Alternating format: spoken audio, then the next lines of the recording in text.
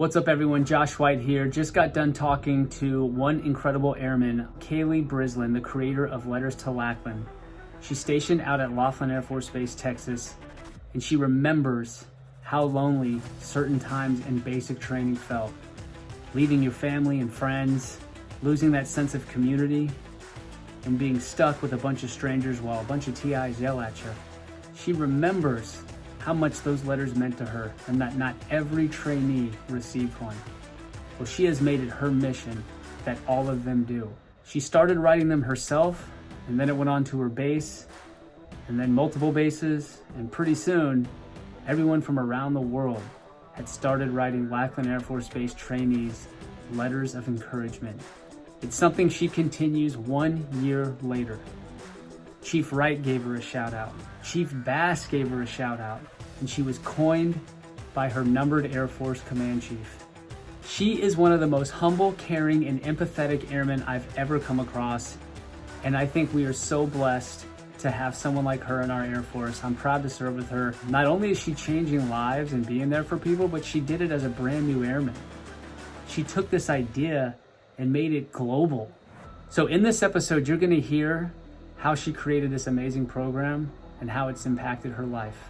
Let's get after it. All right, so I hit record and we're just gonna roll right into it. Got you. Let's go. You ready? Yes, sir. I'm ready. All right. Hey, what's up, everyone? Josh Wright here with the HeroFront podcast, and I'm here with someone very, very special. Her name is Airman Cailey Brislin. Did I pronounce that right? Yes. We're gonna have to start that. I didn't know if it was. I assumed it was Cailey, but it could be Cailey. So I don't know. It is Cailey. It's Cailey. Okay. What's up, everyone? I'm here with a fantastic airman who's just gone above and beyond in helping her fellow wingmen. I read about her in the news. I saw the articles. Chief Bass blowing her up. I've got the legendary Airman Cailey Brislin here to talk all about her amazing idea called Letters to Lackland. But before we get into that, you know she's going through the Hero's Gauntlet right now. The Hero's Gauntlet are questions that I have for you. So we're just going to roll right into these questions here. We're going to start with, why did you join the Air Force? All right. So I joined the Air Force back in June of 2019, right after I graduated. More than anything, I couldn't see myself doing anything else, really. I knew I eventually wanted to go to school. I knew eventually I'd want to do all that.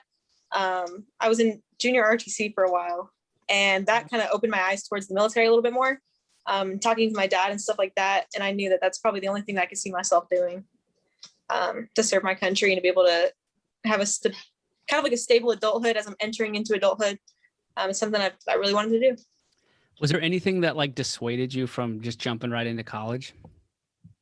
I think for me, just going through high school was enough. I said, look, let me put college, let's wait a little bit, because I got bigger plans first. I guess I wasn't ready yet. I knew I wasn't ready for it. Yeah, I'm kind of in the same boat. I was just such a goofball. Like my dad's like, you would screw college up, like that. And I was like, I know. Yep. And then my dad was also prior enlisted and retired as a squadron commander. So, I grew up with the Air Force in my life. So it was always in the back of my mind. The seed was planted long ago. And as soon as I got done with high school, I took a little bit of time to travel with my buddy to California, just to have some fun. And after that, I was like, let's go. So I'm right there with you. Okay. Question 2, what quote do you live by? Okay, so this is actually a quote from one of my MTIs that I've thought about in so many scenarios. There's going to be 1,000 reasons to quit, but you need to remember the one reason why you keep going. And so, like, to me, that applies in a bunch of different areas in my life, where you're down in the dumps and you're like, gosh, this is getting harder and harder. You're in certain situations that keep getting harder and harder, but you got to remember, like, hey, there's a reason I'm still going. There's a reason I keep kicking and fighting it and, going up from here. Wow. I love that. I love that your favorite quote is from your TI. Yeah. Dang. What's your TI's name? Is Master and Johnson. I was in the 324th back in the day. But I have it written out. I have a whiteboard in my room. I have it written out towards the bottom. I have a bunch of quotes that I kind of like give myself a little jump start. Sometimes it'll pick me up, so I look at it, and that's one of them. That's something that got me through a lot, especially recently. I can't even pick up on your accent. Where are you from? I've gotten that a lot lately, I'm gonna be honest. So I'm from kind of everywhere. I moved around a lot as a kid. There's something country in there. I don't know. What is it? Where are you from? Where did you go to high school? What state? So I went to like 6, 7 different high schools in different states. Okay. Are you a military brat? No, not even. We just moved around a lot. Okay, there's a lot to unpack here, y'all. There's a lot to get ready. Like, buckle up. Put your seatbelts on. So California, San Diego, Chino Hills, Kansas, Hutchinson, Kansas, Atlanta, Georgia. Finished out my senior year. 2 months before graduation, we moved to New Mexico. So that's where I was at right before I left. And then I've been in Mississippi and Texas. That's why I can't get that accent down, because it's got a little bit of everything in there. I've gotten that a lot. Okay. I want to ask you what your proudest Air Force moment is, but I want you to not say letters to Lackland. Aside from that, what is your proudest Air Force moment? So far, besides letters to Lackland, it was actually graduating tech school. And I know that sounds a little weird, but I originally came in the Air Force as a command post, and tech school had its trials and tribulations, and I ended up reclassing. So I reclassed into aviation resource management, and making it through tech school and like really buckling down and focusing on the important things and kind of getting my mind right, getting ready for that next big step to me, that was a major milestone, because I was a hot mess in the beginning days. So being able to like settle down and like really get a grasp on what I was doing was probably one of my proudest moments. I cried when I got my final test back the day of graduation. It said like 95%. And I said, yes, I did it. Yeah, I got aerospace ground equipment as my first career field. Didn't know it was one of the longest tech schools, which is 6 months, which that doesn't sound like a lot, but tech school is like twice as much work in half the time. So 6 months is like a year and a half of class, basically. And that, I don't think I've had more anxiety in my life than getting through 6 months of age tech school. My God. Yeah. But yeah, so I know exactly what you mean there. So, okay, no, hey, if that's what your proudest moment, hey, you worked your butt off to get there. I think that's a really good answer. And you know what? After that 6-month tech school, I felt the exact same way. I think I went in my dorm room and cried tears of joy, because holy cow. I mean, tech school's stressful. It can be, yeah. They're like, you fail this test, your whole life's over. You're like, what? What's happening? Pretty much. That's how it went. Like, yeah, you better not. I'm like, what? It's like, we'll send you home. I'm like, what the heck? It's a slippery slope. It's scary. It's a scary time because there's a lot to lose there. There's a lot at risk. I want to go into your Air Force story though, because you seem super interesting. You got a crazy accent.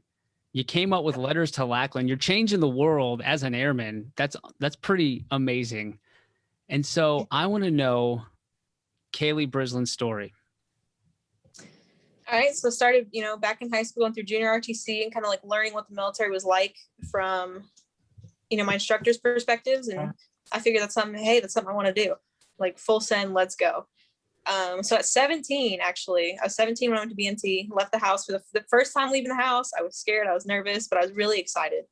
Kind of like in those videos when you're on that white bus, you see everyone getting ready to pull up to Lackland. I'm sitting there like, oh, let's go. Let's get it. I was really excited.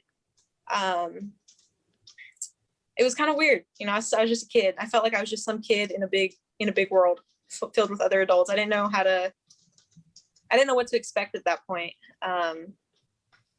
So going into tech school, I was pretty excited. The newfound freedoms. There's a bunch of craziness going on all the time around me. And there was a point where I realized like, hey, I got to buckle down. So I started after I reclassed, I went to school for aviation resource management. And it's been really rewarding, because in my career field, you work directly with your pilots. You're like their right-hand man. You make sure their training's good, make sure that they're 100% good to fly. Because when they get in that aircraft, you need to make sure they're properly trained. They're green light, go. And to me, that's a big deal. Once I completed tech school, I came here to Lackland Air Force Base in Del Rio, Texas. what did you mean by when you first started, you were a hot mess? What were you getting at there? I didn't know how to adult, I guess. I didn't know how to be like a good, strong airman. I think a lot of it was just confused. I didn't know what I was doing. I was just my head was wrapped around, okay, I'm new to the Air Force. There's all these new people around me. There's all these new places, new things to explore. And my head wasn't really on straight when it came to class and studying and all that at first. It was just getting stressful. I was just a mess. I didn't know how to piece everything together. I was trying to figure out the world from this new standpoint, this new vision. So, putting your feet in the right direction, Yeah, I think you'd have to have a really good, role model because I'm going to be honest with you, for when I see an airman, like, especially a new airman, take a risk. Cause I mean, when you go for greatness, you're taking a huge risk, right? And the risk is, will it fail? Will I look stupid? What will people think? And oftentimes we don't go for it when we're young. It takes years and years of kind of showing ourselves what we got, and to be comfortable to take that risk, to take that jump. And so when I see a young airman do it, it's really impressive to me. I love seeing it, and I encourage it. I think you're a great example to others too. You kind of break through their glass ceiling. They didn't think this stuff was possible, right? They're just an airman. They're new. Like, what could they possibly do? What could they change? And then they see you do it. So I know you had some good role models to feel confident enough to pull that off. Right. Yeah. Let me touch on that actually a little bit. So, I've heard airmen say, well, I'm just an airman. And they've got these great ideas. They've got these killer ideas that honestly, I think could bring some serious change to either the workplace, really your personal life sometimes, and even just the Air Force in general. And when I hear that, I'm like, okay, but you're an airman. You're not just an airman, you're an airman. Like, we're here to make stuff happen. We're here to get it done. And as far as taking risk, if you're not taking the risk, there's not going to be a reward. If you don't take that leap of faith, okay, you might fall, but you have something to catch you. And you got something to build off of. You got a foundation to keep building up and up and up. It didn't work the first time. Well, here's 10 more times to try it out, So, I've heard people say I'm just an airman, but you're right. We're airmen, but that's what we're here for. We're here to make changes. And yeah, when you're a supervisor, eventually, probably quickly, it happens quick. When you become a supervisor, I want you to remember that. I want you to remember that how you treat them and what you expect out of them kind of guides their progression in a way. So, when I came up as an airman on the flight line, I was told I was a goofball. I was dumb. I was kind of expected to be the dumb airman, you know what I mean? Quote unquote. And so because that was the expectation, that's the product. That's what I gave. I filled that expectation. So if you set the expectation, hey, you can do anything, I think that's a much better way to go about, getting people out of their comfort zone and actually bringing something to the table, because anyone can do it. Doesn't matter what rank you are. So let's hear the Letters to Lackland story. How did you get this idea, and how the heck did you pull this off? All right. So taking it from the top, I was cleaning my room one night, right? And what I did after I left BMT was I put all of my letters into kind of like this photo album, so I can still read them. I took them out of the envelope and all that. And I was flipping through them, so I found them, and I said, oh gosh, I remember these days. And I'm hitting almost 2 years in the Air Force. And I was like, wow, this seems like forever ago. And so I was reading through them, and it's just the amount of support I got from my family during that time really helped push me through. So I don't know what hit me, but I'm sitting there, I was talking to my friend, Airman Cummings, over at Kirtland Air Force Base. She's one of my best friends from Texas. When we were talking, I said, wouldn't this be crazy? What if we wrote letters to the trainees? What if we gave them support during that time? Because I thought about how in BMT there were girls who wouldn't get letters, and they tried to make it look like it didn't bother them, but you could tell, you can tell when mail calls coming up and they're not really receiving anything. It's just kind of sad, and I felt really bad. So I know a lot of people had their parents write to them and stuff like that, and just to see the smile on their face when they finally got their name called, they're like, no way, me. So I was thinking about that a lot, and I'm sitting there thinking, like, man, I can still do this. You know, in the last year of because at that point I was just in the Air Force for almost a year. I was coming up on my 1 year, back when I created Letters to Lackland about a year ago. And I was like, I've learned so much. I've been through a lot. I've been through a lot this past year. You know, I have a lot I'd like to pass on to the next airman. I have a lot that I want to say. And if I can help them out in any way, that would mean more than anything. So within that week, I just started planning it out. I said, how am I going to do this? What's the best way to go about it? And at that time, I didn't have a lot of resources. I didn't know where to even begin. So I just kind of took a leap, and in the Air Force, it's the Air Force basic training page on Facebook. I posted, I said, you know, I introduced myself and I said, hey, you know, if you have a trainee who is at Lackland right now, I would love to write to them. And then boom, within like 10 minutes, someone responded. She was like, hey, my daughter's in BMT. She needs the extra support. She needs the encouragement. And I was all excited. I'm like, oh, I finally get to write to a trainee. This is exciting. I got so much to say.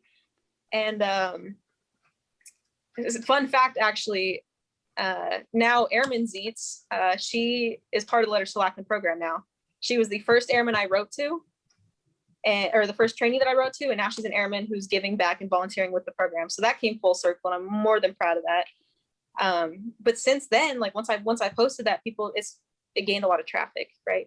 And a lot of people saw it and they're like, oh my gosh, I have a trainee at Lackland. That's so crazy. You want to write to him? And I said, absolutely, I do. And then it became overwhelming. There was a point where I had, 100 plus addresses. And I'm like, I can't write to all of them by myself. So I recruited some friends. I think networking is probably one of the most important and key things to helping Letters to Lackland get off the ground like that.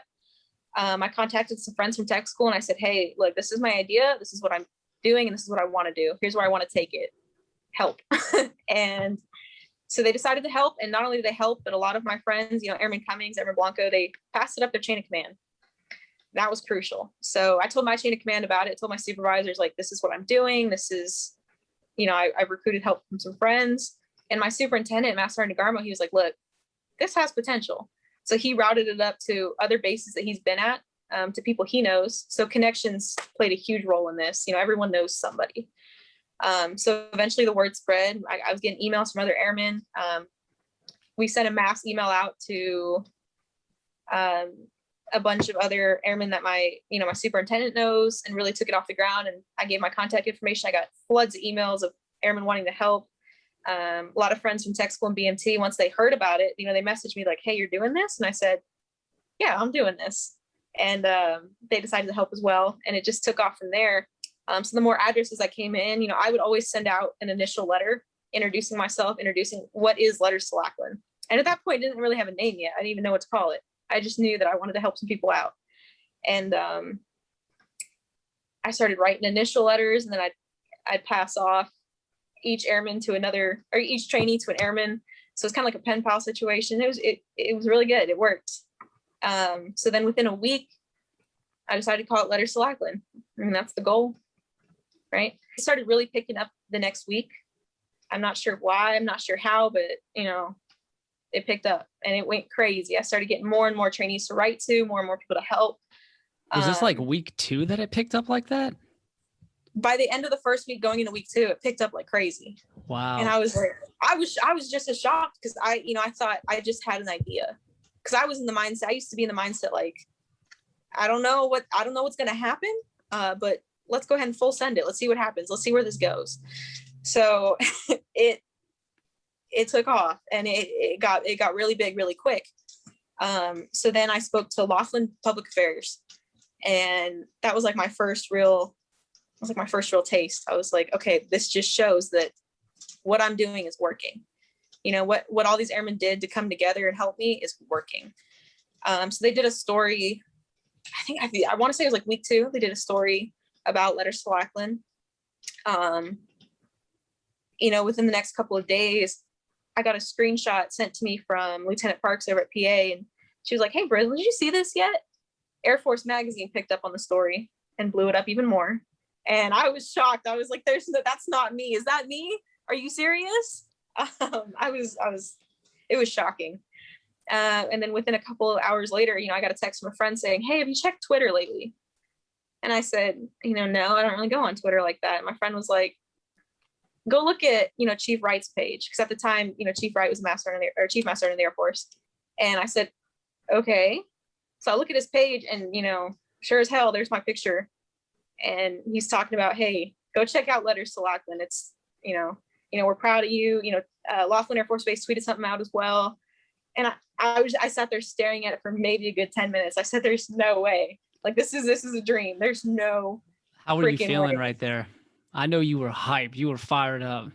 I was fired up. So I didn't know what to expect from this program. I didn't know, how quickly it was going to take off. Within 2 weeks, the chief master in the Air Force saying, hey guys, look at this. You know what I mean? That's something I didn't expect. I was shocked. I didn't know what to think. I didn't know. In the beginning, I had no idea where it was going to go. And then here we are 2 weeks later, and it made it. It started taking off even more after that. And then within a couple weeks, I saw the ATC command team posted it on their Instagram. It was all about getting Letters to Lackland out there, right? So I ended up creating an Instagram, Letters to Lackland. So the families and the trainees could reach out there. They could reach out on Facebook. So I continually would post every couple of weeks.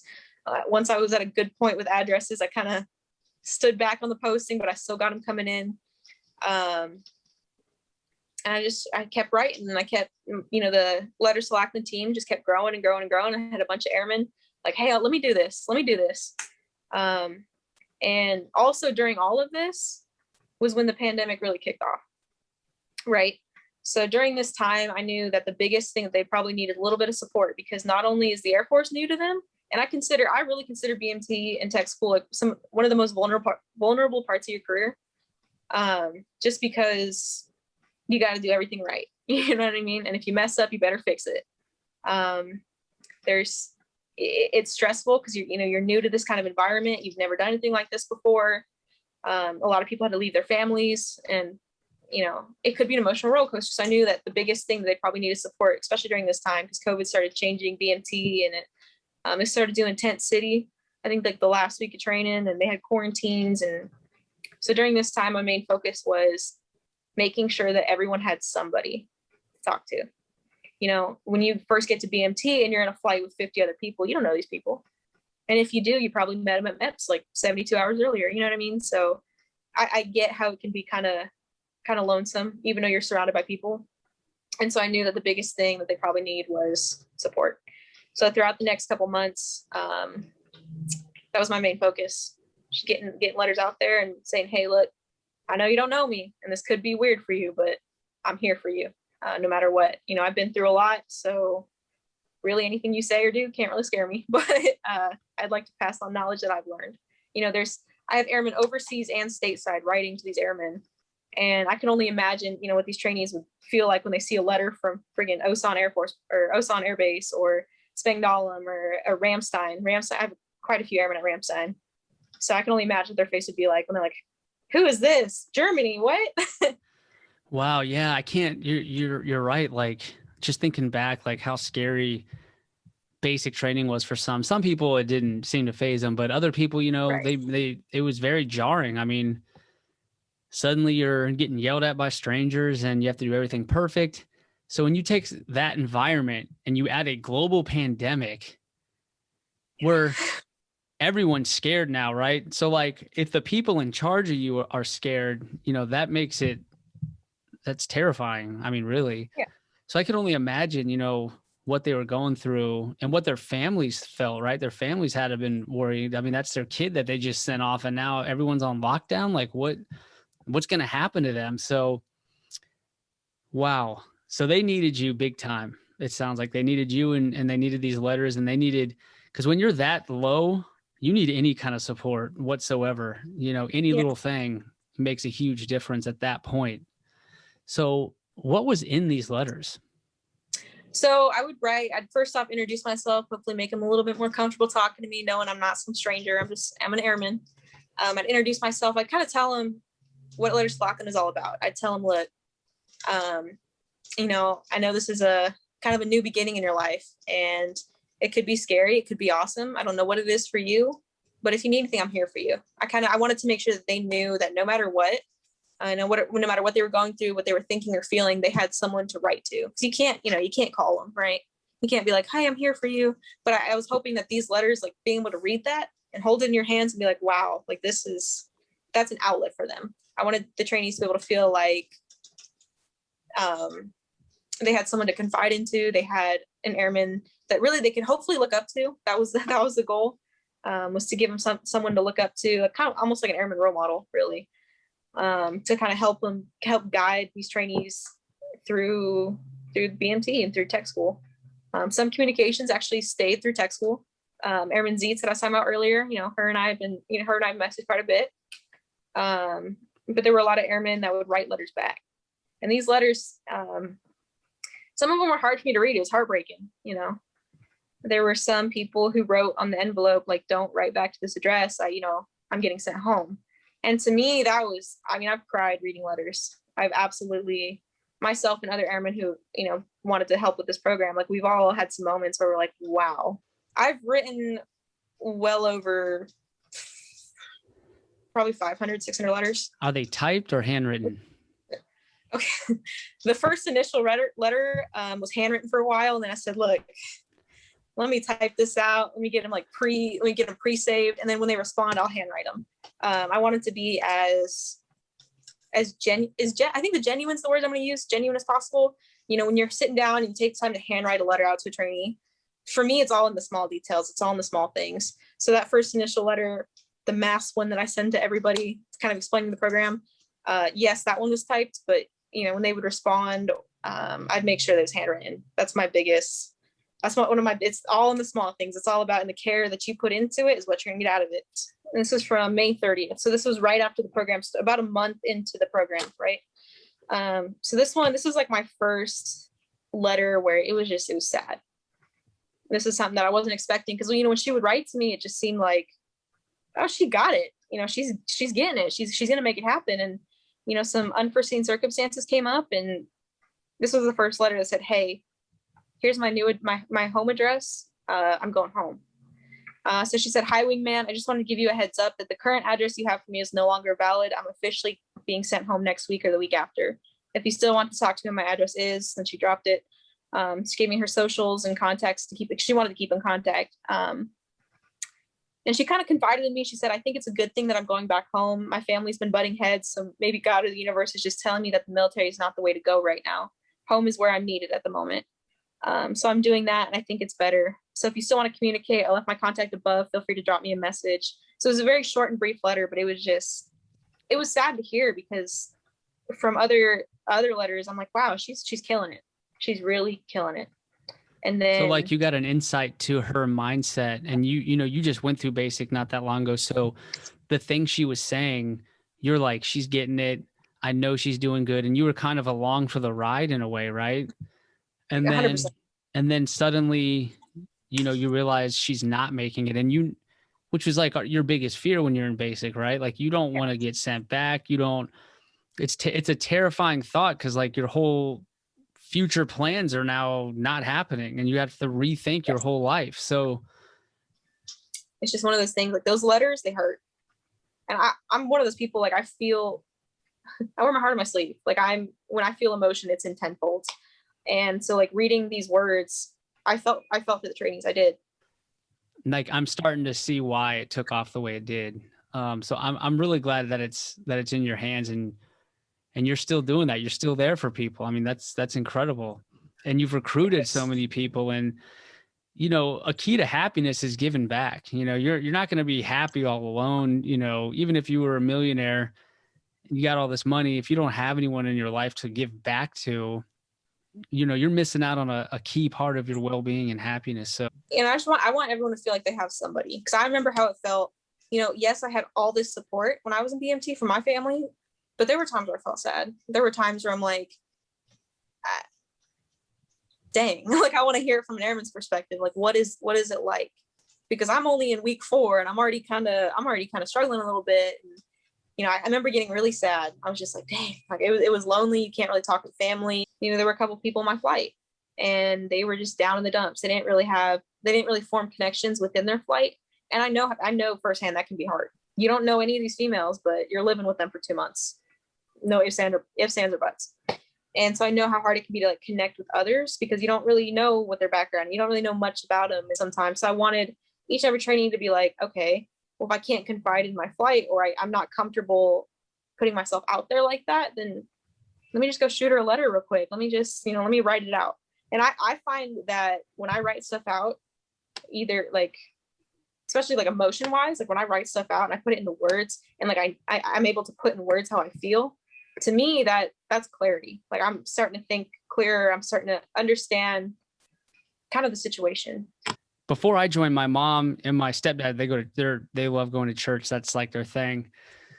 And they're like, hey, we're going to give your name to churches so that they can write you. And I was like, I don't care. Like, why are you doing this? Fine. Okay, whatever. Here's my address. And then I get to basic, and darn it, if I didn't love those letters, like I needed those letters, because in basic, I was struggling. Like I was kind of a spoiled kid. I felt like I was a spoiled kid looking back, and to be thrown into that environment, I needed encouragement.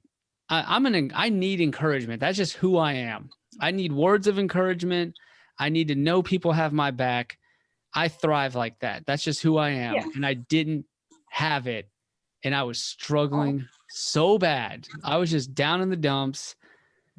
And I thought basic was going to be a breeze, because I was I was a wrestler, cross country runner. Physically, there's no way they could do anything to me to wear me out. But mentally, I was wore out.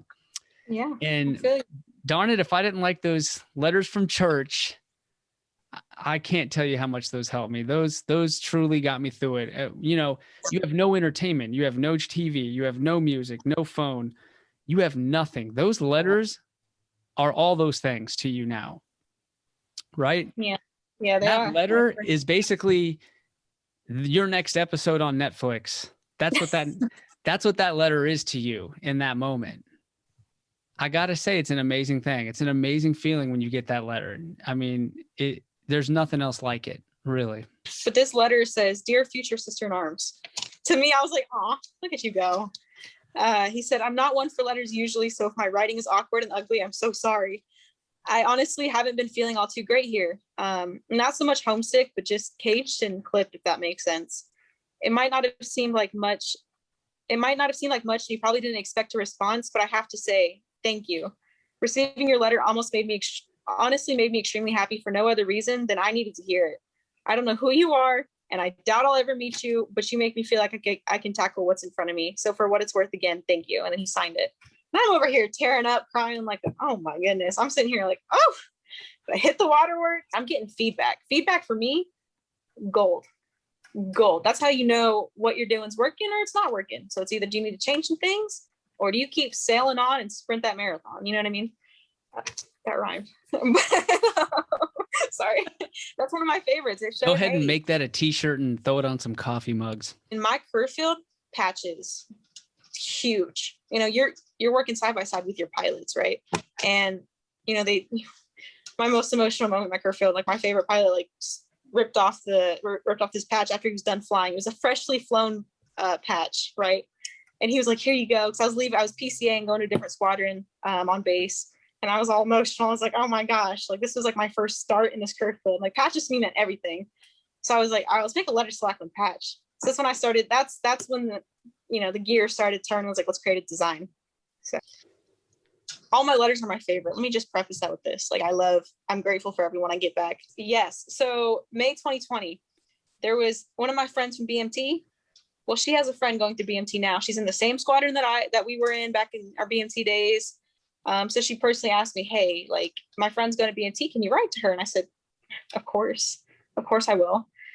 So that's why that's one of my favorites. It was someone that was close to someone I knew. So it's just like little tight circles here and there. So she goes, "Hey, wingman." And I was always like, to me, that's like the cutest thing ever. I'm like, "Oh, hey." She's like, "I think your program letters to Lackland is a wonderful idea, and it's much appreciated. I'm currently in my 5th week of training, almost 6. Beast is next week, and I'm looking forward to it, but I don't really know what to expect." That's where I came in. And I'm like, let me tell you. My AFSC is 1 November 231. So she's a signals intelligence airman. I don't really know much about my job, but I'm excited to learn. I'm going to Goodfellow in San Angelo. So far BMT hasn't been that bad, but I would say PT was a struggle at first. Hopefully I'm getting a little bit better. I feel like I am. I came here with an 18:10 run, and my final PT test came down to a 13:51. That's a whole 5-minute deficit right there as far as time goes. So I was pretty proud of her for that.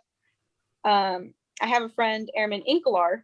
She was here too back in June of 2019 in the 324th Training Squadron, but I'm not sure what flight. Maybe you might have known her. Thank you again for writing me.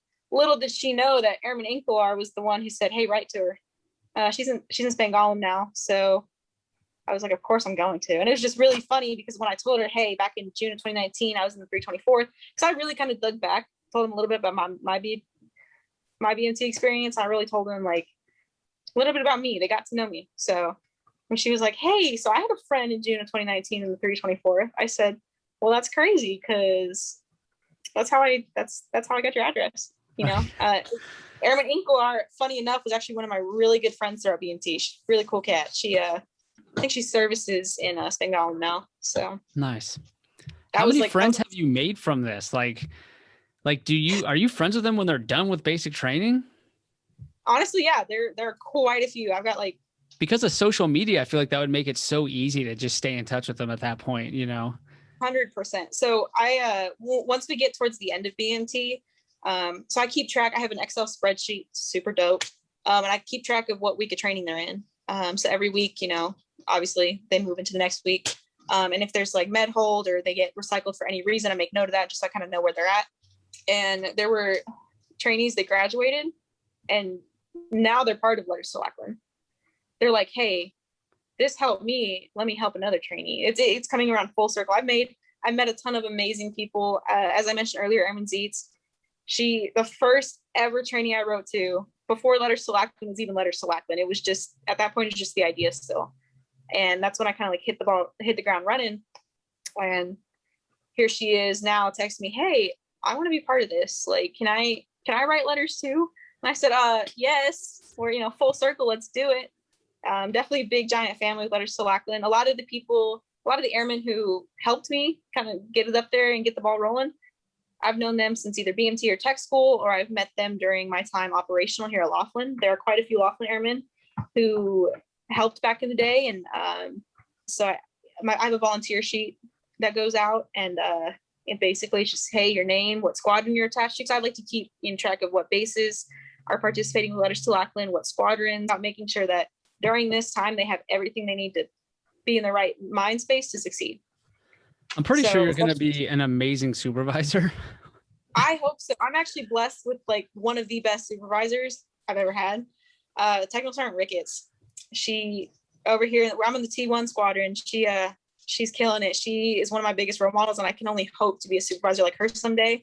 Tech Sergeant Johnson, another one. Is another NCO. You're talking about my man CJ?